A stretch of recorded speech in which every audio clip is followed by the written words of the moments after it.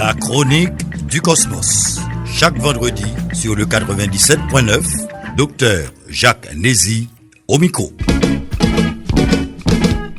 Le groupe ZAFEM, identité revendiquée et phénomène transnational. À peine introduit-il son premier album que le groupe ZAFEM reçoit à l'unanimité l'approbation et les applaudissements du public. La réception accordée à ce groupe de musiciens expérimentés force l'admiration. Divers facteurs expliquent ce succès que connaît le jeune groupe musical. Le premier facteur s'explique par les talents de Dener Seïd et de Réginald Kangé, qui ont roulé leur boss dans différents groupes de musique depuis plusieurs années. La spécificité du moment, c'est que le compas haïtien ronronne, fait du surplace, se ferait prisonnier de 2 ou 3 figures qui monopolisent à leur petite personne les enjeux symboliques de la musique haïtienne. Et puis le public, dans sa plus grande majorité, se montre avare des innovations, étant amateur et consommateur du goût recherché. Les nouvelles technologies de communication innovatrices peuvent aider l'art musical haïtien à s'orienter sur de nouvelles voies. Le canon établi et le grand public en sort ébloui et satisfait. On ne peut négliger la spécificité du premier acteur, en l'occurrence Dener Seïd, dont la musique résulte de la particularité de son talent. Mais la façon dont ce talent s'exprime dans ses œuvres à succès, confirmées depuis plus de 10 ans, est propre à Dener Seïd, qui était un musicien d'un des groupes les plus respectés de la musique haïtienne. C'est également une étape importante de son art, de décider de devenir non pas un artiste qui vit de ses commandes, mais un artiste indépendant et artisan. L'aspect innovant et la témérité de l'initiative ne sont comprises dans le contexte de l'évolution de la musique haïtienne qu'il conduit d'une production artisanale de l'art à une production purement artistique, de la création artistique destinée à des commanditaires précis, souvent en quête d'un succès sur un marché concurrentiel, espérant se hisser au rang supérieur face à leurs pairs, à la production pour un marché étendu, dominé par un public que Dener Seïd a conquis antérieurement en silence, avec modestie, et qu'il attend avec autant d'exigence que de potentialité à transformer le champ musical haïtien. La trajectoire professionnelle et la spécificité de son destin social montrent que 2 moments ont été déterminants pour Dener Seïd. Sa capacité à garder des objectifs précis après sa sortie de Tabou Combo et sa capacité à associer la création artistique sur demande à la création artistique indépendante. La production sur demande, en effet, aurait pu éteindre les potentialités de l'artiste. Au contraire, Seïd a pu survivre à ce double passage, mais parce que c'est un engagement personnel consacré à l'art musical, porté non pas comme une passion fugace, mais comme un projet construit avec détermination, persévérance et intelligence. Un investissement personnel somme toute, qui fait de Dener Seïd un staccanoviste passionné des innovations et de la rigueur au travail.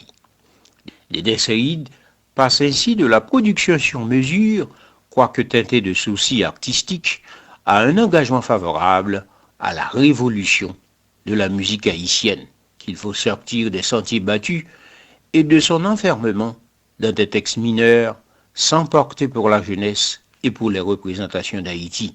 C'est d'ailleurs ce qui apparaît en filigrane dans la percée de ZAFEM, comprendre la portée géopolitique de la musique haïtienne.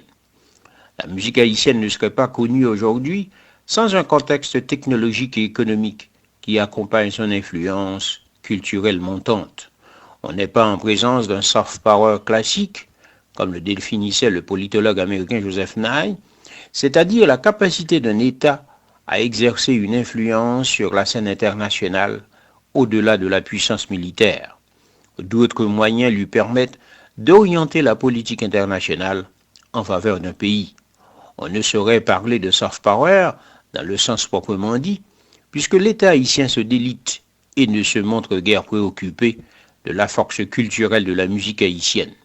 Et d'ailleurs, les musiciens haïtiens expatriés en terre étrangère se débrouillent seuls et ont du mal à bénéficier des opportunités aux États-Unis. Aux États-Unis où les politiques d'intégration ne sont pas favorables aux Haïtiens, des Afro-Américains, notamment à Miami, comme le souligne Georges Dulicien dans son essai Le lieu à l'épreuve de la complexité, appropriation et usage chez Joseph Anteneur-Firmin. La musique haïtienne ne vit que par ses musiciens expatriés, obligés de surmonter seuls diverses contraintes pour s'échapper de la torpeur. Ils sont forcés de survivre malgré l'absence des politiques culturelles d'un État en décomposition et l'absence d'objectifs de production au sein des labels mondiaux. Pourtant, la musique haïtienne tient sa survie et sa capacité à promouvoir des représentations positives d'Haïti qu'à partir des innovations technologiques.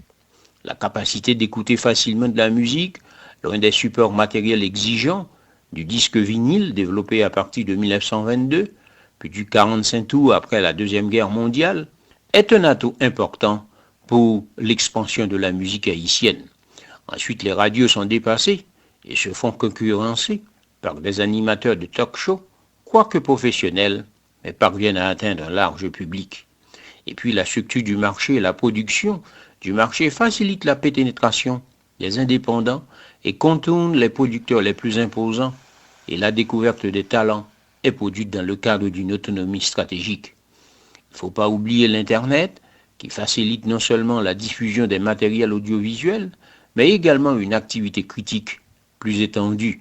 Des sites comme YouTube, créés en février 2005 aux États-Unis, ou SoundCloud en août 2007 à Stockholm, permettent de publier gratuitement des compositions, de se faire éventuellement repérer par un major ou un indépendant.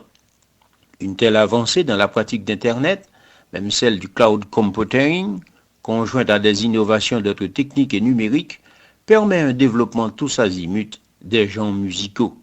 Saisissant ce nouveau contexte, la musique haïtienne est un enjeu de représentation majeure de la géographie politique d'Haïti, même si elle est délaissée par son état moribond. Au nom d'une identité affirmée, ZAFEM se situe sur le marché de la diffusion des représentations d'Haïti à l'extérieur. Et c'est vers l'Afrique qu'elle tourne ses regards en continuum historique.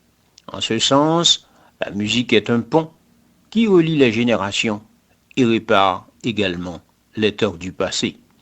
Il est indiqué que la terre haïtienne qui est habitée par les Haïtiens ne leur appartient pas. Le lieu de résidence est en Afrique. Les Haïtiens sont en transit en Haïti, c'est-à-dire une terre qu'ils ont été forcés d'occuper sous la contrainte, puisqu'ils étaient des esclaves transplantés dans le cadre du commerce triangulaire d'Afrique. Ces Haïtiens sont des étrangers, des passagers. Leur terre est ailleurs peuplée de traditions, où s'associent l'imaginaire et les passions d'un continent désirable. On voit bien que la musique haïtienne, pour conclure, peut s'inspirer du modèle de la Corée du Sud, qui sait aujourd'hui faire sa promotion à l'étranger, notamment par le biais des nouvelles technologies d'information et de communication. Le modèle sud-coréen est basé sur un certain interventionnisme de l'État, s'accompagnant d'une culture entrepreneuriale et depuis peu d'une réelle volonté de se promouvoir à l'étranger. La Corée du Sud fait largement valoir sa culture, le budget de ce secteur a été multiplié par 6 depuis 6 ans, et de nombreuses lois ont été adoptées pour promouvoir les industries culturelles, la télévision, le cinéma. On voit bien, dans ces conditions, qu'Haïti est loin de comprendre les représentations positives qu'elle pourrait tirer de la musique haïtienne. La chronique du Cosmos. Chaque vendredi sur le 97.9, Dr Jacques Nézi au micro. Merci parce que vous avez abonné à la chaîne.